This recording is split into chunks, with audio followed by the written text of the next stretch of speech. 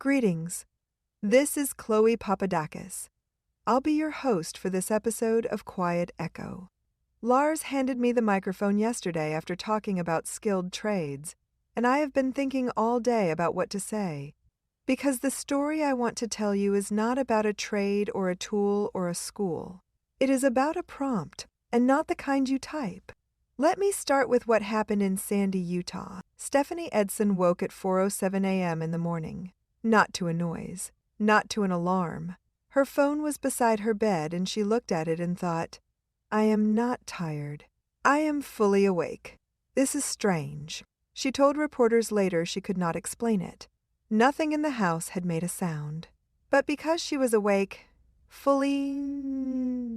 completely alert, she heard the front door open, and she heard her 5-year-old daughter Lainey's voice. Outside the house, a man named Troy Morley had walked in through an unlocked door, gone into the basement where Lainey was sleeping, picked her up, and was carrying her across the front lawn.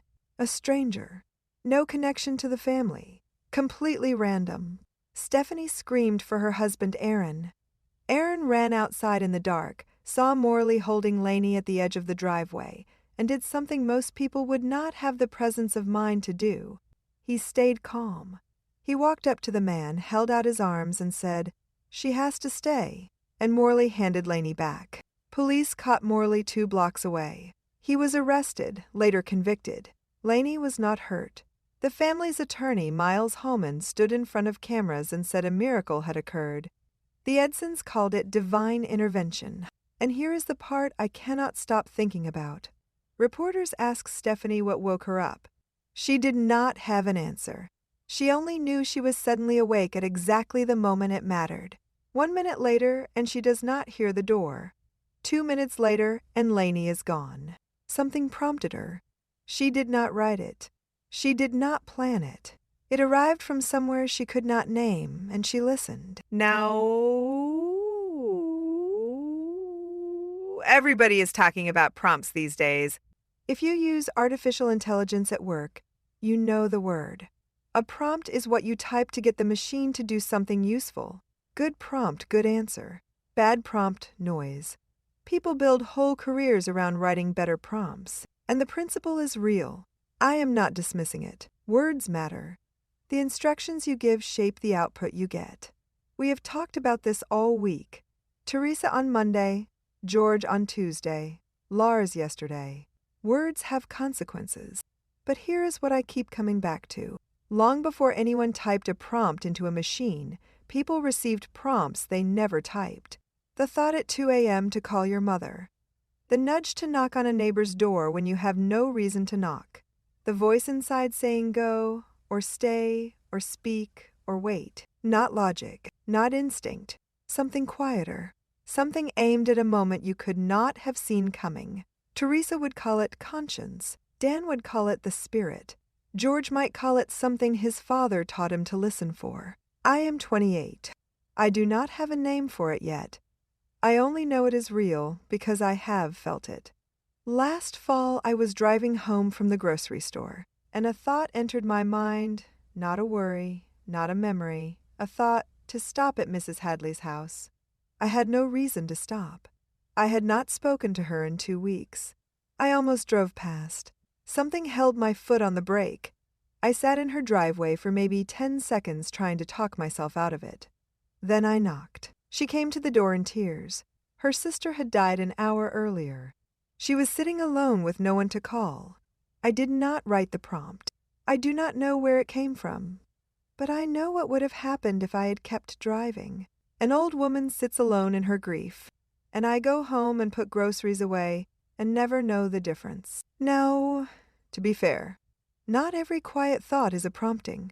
Sometimes it is anxiety. Sometimes you are tired and your mind drifts to someone you have not seen in a while. Discernment matters. You learn it the same way you learn anything else, by paying attention over time, not by ignoring every signal you cannot explain. Here is what worries me. We live in a world drowning in noise. Notifications, headlines, algorithms, all of it designed to keep our eyes on the screen. We are so busy processing the prompts we manufacture for ourselves, we are losing the ability to hear the one we did not manufacture. The still one, the quiet one, the one arriving from a source we cannot locate on any device we own. Lars said yesterday we spent 30 years telling kids one story and forgot it was a choice, not a commandment. I think we have done the same thing with how we make decisions. We have trained ourselves to trust only what we can verify, measure, cite, and in doing so, we have learned to ignore the oldest prompt a person can receive, the one arriving from beyond ourselves, aimed at the exact moment we need it, asking nothing except for us to act. Stephanie Edson acted. Lainey came home. Most of us will never face a moment like hers. But the prompts come anyway. Smaller, quieter, easy to dismiss. Go, stay, call, stop, knock, wait, speak now. The ones we type into machines are powerful. The ones we receive without typing are sacred. This is Chloe Papadakis. You've been listening to Quiet Echo. Tomorrow Dan Larson is here with Faith in the front porch. I have a feeling he will have something to say about where these prompts come from. I will let him. Thanks for listening. This podcast is part of the fictional Cedar Valley News series, written by Evan Swenson, publisher, publication consultants, and Claude Marshall, AI developmental editor. While the people in town are fictional, the national events they reflect on are real. Want to know the full story behind Cedar Valley? Teresa, Caleb, Dan, and the community you've come to know in these editorials first came together in Quiet Echo. Discover how a small town found its way from fear to fellowship, one quiet act of courage at a time. I'll put the link in the show notes. Available on Amazon. You've been listening to the Cedar Valley News Podcast, where small-town voices meet the headlines shaping our world. From faith and family to front porches and fields. We'll be back with more stories connecting real lives to real events. Until next time, keep your porch light on, your faith strong, and your heart open.